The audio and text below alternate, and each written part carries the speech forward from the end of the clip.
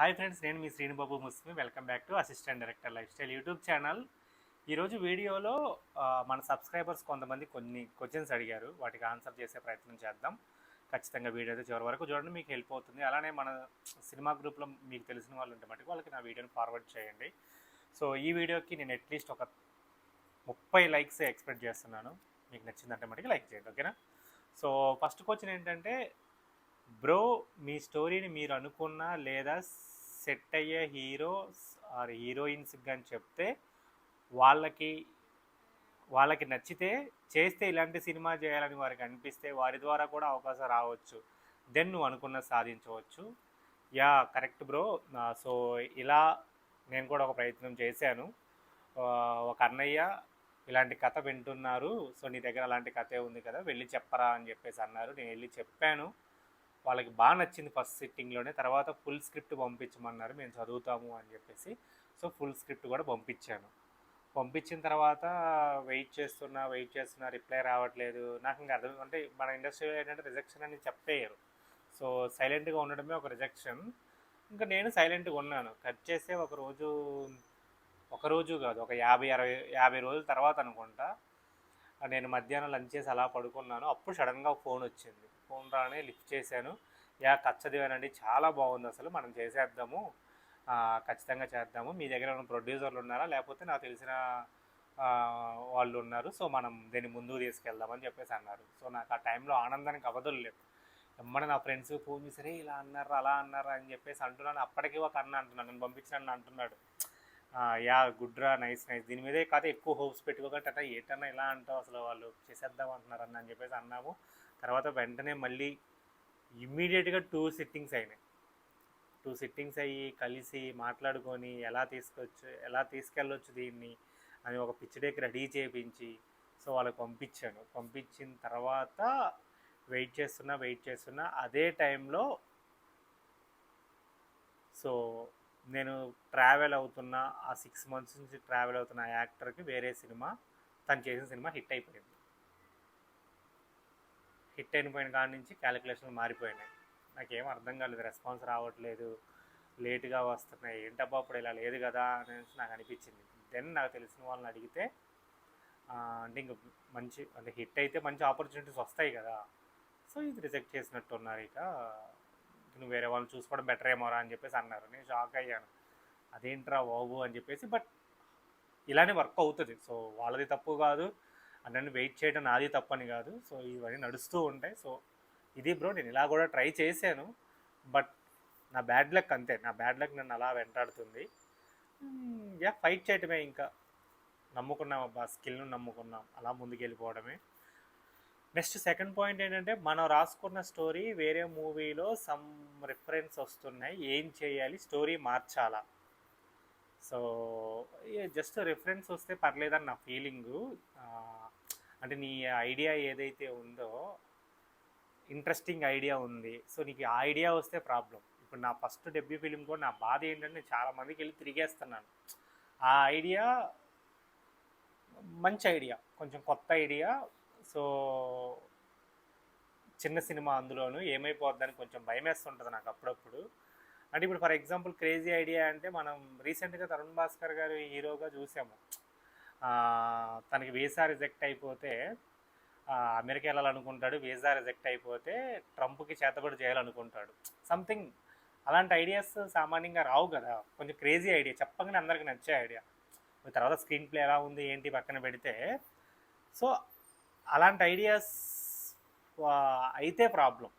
Only scenes అయితే పర్లేదు. ఇప్పుడు నాకుంది పెద్దిలో నా ఫేవరెట్ హీరో రామ్ చరణ్, ఆ రామ్ చరణ్కే నేను ఒక స్టోరీ రాసుకున్నాను. అందులో ఫస్ట్ సీను పెద్ద సినిమాలో ఉన్న సీనే, సేమ్ నేను కూడా రామ్ చరణ్తో చేయాలనుకున్నాను. బట్ యా తర్వాత మిగిలిందంతా వేరు, సో నేను మార్చుకుంటాను స్క్రీన్ ప్లేలో. అలానే సప్తసాగరాల ఎల్లో ఐడియా నేను అనుకున్నట్టే, ఇద్దరు సీరియస్గా ప్రేమించుకుంటారు, వాళ్ళ డబ్బులు అవసరం అవుతాయి.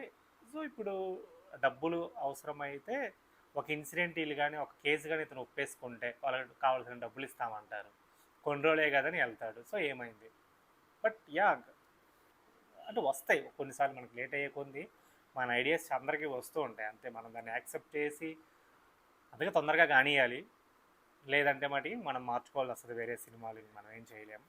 హాయ్ బ్రో, నా దగ్గర మిస్టరీ రొమాంటిక్ థ్రిల్లర్ ఉంది, ఇప్పుడు ఉన్న ట్రెండ్కు సెట్ అవుతుందా? ఎవరైనా ప్రొడ్యూసర్స్ వినాలనుకుంటారా ఇలాంటి కథని? యా బ్రో, సో మంచి కథ కోసం ఎవ్రీ ప్రొడ్యూసర్ చూస్తుంటారబ్బా. కాకపోతే ఇప్పుడు నీ స్టైల్ ఆఫ్ కథ ఇంతకుముందు ఎవరు తీశారు ఏంటి అని మనం కనుక్కొని వెళ్ళటమే. ఇప్పుడు నేను కూడా నాదొక విలేజ్ డ్రామా, సో నేను అప్రోచ్ అయ్యే వాళ్ళందరూ మ్యాక్సిమం ఆ విలేజ్ డ్రామాలు చేసిన వాళ్ళు and film school background producers ఉంటారు కదా, వాళ్ళని నేను ట్రై చేస్తూ ఉంటాను. ఎందుకంటే వాళ్ళకి నా కథ నచ్చే ఛాన్స్ ఉంటుంది కదా అని చెప్పేసి.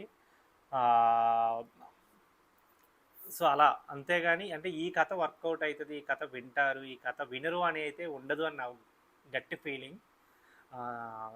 వెళ్ళిపోవడమేనబ్బా, ఇన్స్టాగ్రామ్లో వాళ్ళకి మెసేజ్ చేయటం, లేకపోతే మెయిల్ తీసేసుకోవటం, మనకున్న సర్కిల్లో ప్రొడ్యూసర్ నెంబర్లో కాంటాక్ట్ అవ్వటం, వెళ్ళిపోయి ఫస్ట్ కథ చెప్పటం. సో వీ నెవర్ నో, వాళ్ళకి ఆ టైంలో అంటే కథ నచ్చింది అనుకో, వాళ్ళు వేరే జోనర్ ఇష్టపడే వాళ్ళని చేయొచ్చు కదా, మనం చెప్పలేము. So keep trying. సో మీరు అడిగిన క్వశ్చన్స్కి అయితే నేను ఆన్సర్ చేశానని చెప్పేసి అనుకుంటున్నాను. సో ఫైనల్గా ఒకటే, నిన్న మేము ఒక ఫ్రెండ్ కలిసినా కూడా మేము మాట్లాడుకునేది ఒక్కటే, ఏంటి అంటే పూరి జగన్నాథ్ సార్ చెప్తాడు కదా, మన ట్రైన్ వచ్చేంత వరకు మనం ప్లాట్ఫామ్ మీదే ఉండాలి, ఇంటికి వెళ్ళిపోకూడదు. అది 10ంటికి రావాల్సింది 11ంటికి రావచ్చు, 12ంటికి రావచ్చు, 2ంటికి రావచ్చు. సో వీ నెవర్ నో, మనమైతే ఆ ప్లాట్ఫామ్ మీద ఉండాలి అని. బట్ ఉండడంతో పాటు మనం మంచి స్కిల్ నేర్చుకోవాలి. సో చూస్తుంటారబ్బా మన సరౌండింగ్స్ పీపుల్ కూడా, వీడు ఎంత కష్టపడుతున్నాడు, వీడి దగ్గర ఎంత స్కిల్ ఉంది, సో మనం వీడికి ఏమైనా చేయగలమా. సో ఈ డైరెక్టర్ అయ్యే ప్రాసెస్లో చాలా వర్క్స్ ఉంటాయి, సో చాలా మనీ సంపాదించవచ్చు. సో మనం దానికి కూడా వెళ్తూ మన ట్రయల్స్ మనం చేసుకుంటూ ఉండొచ్చు. కాబట్టి నేనైతే డిసప్పాయింట్ అవ్వట్లేదు. అండ్ ఈ స్టేజ్లో ఉన్న వాళ్ళందరికీ ఇవి కామన్ థింగ్ అనుకుంటా. కాబట్టి మంచిగా చేద్దాం. అండ్ కష్టమో నష్టమో మంచి మళ్ళీ ఇంకో డెమో ఫిలిం చేశాను, అది మళ్ళీ ఎప్పుడెప్పుడు మీ ముందుకు చూపిద్దామని నాకుంది, మీ రెస్పాన్స్ తెలుసుకోవాలని ఉంది. ఐ హోప్ దాని తర్వాత ఖచ్చితంగా నా సినిమా ఓకే అవుద్దని నమ్మకం ఉంది. లేదంటే మొన్న దగ్గర దూరాలు చేసినప్పుడు ఒక మంచి ఇండి స్టైల్లో సినిమా చేసేస్తాను అబ్బా, వెళ్ళిపోయి ఆ విలేజ్కి. సో నాకు ఆ గట్స్ ఉన్నాయి, ఆ నమ్మకం ఉంది, అని మీ అందరు సపోర్ట్ ఉంటుందని నాకు తెలుసు. సో కుమ్మేయడమే. అండ్ యా, నాకు నేను ఎప్పుడు ఆల్ ద బెస్ట్ చెప్పుకోవడమే నా ముందున్న దాన్ని ఏమంటారు బలం. అండ్ ఈ వీడియోస్ చేయడానికి కూడా మీరందరూ ఈ ప్రేమ, ఈ సపోర్టేనబ్బా కాస్త బూస్టింగ్ ఇస్తుంది నాకు, ఆ ఫీలింగ్ నుంచి బయటికి రావడానికి చాలా హెల్ప్ అవుతూ ఉంటుంది. కీప్ మూవింగ్, అంతే, ముందుకు వెళ్తూ ఉండడమే. కానీ మంచి కథ, మంచి కథలు చెప్పడానికి వచ్చాను. ఖచ్చితంగా మంచి కథలు చెప్తాను, మంచి సినిమాలు చేస్తాను. Okay friends, bye. Thank you so much. నన్ను నమ్మి మీకున్న డౌట్స్ అలానే నా మంచి కోరి క్వశ్చన్స్ అడుగుతున్నారు. చాలా హ్యాపీ. ఈ ప్రేమ నేను సంపాదించుకున్నాను, నాకు అదే చాలు యూట్యూబ్ నుంచి. జై.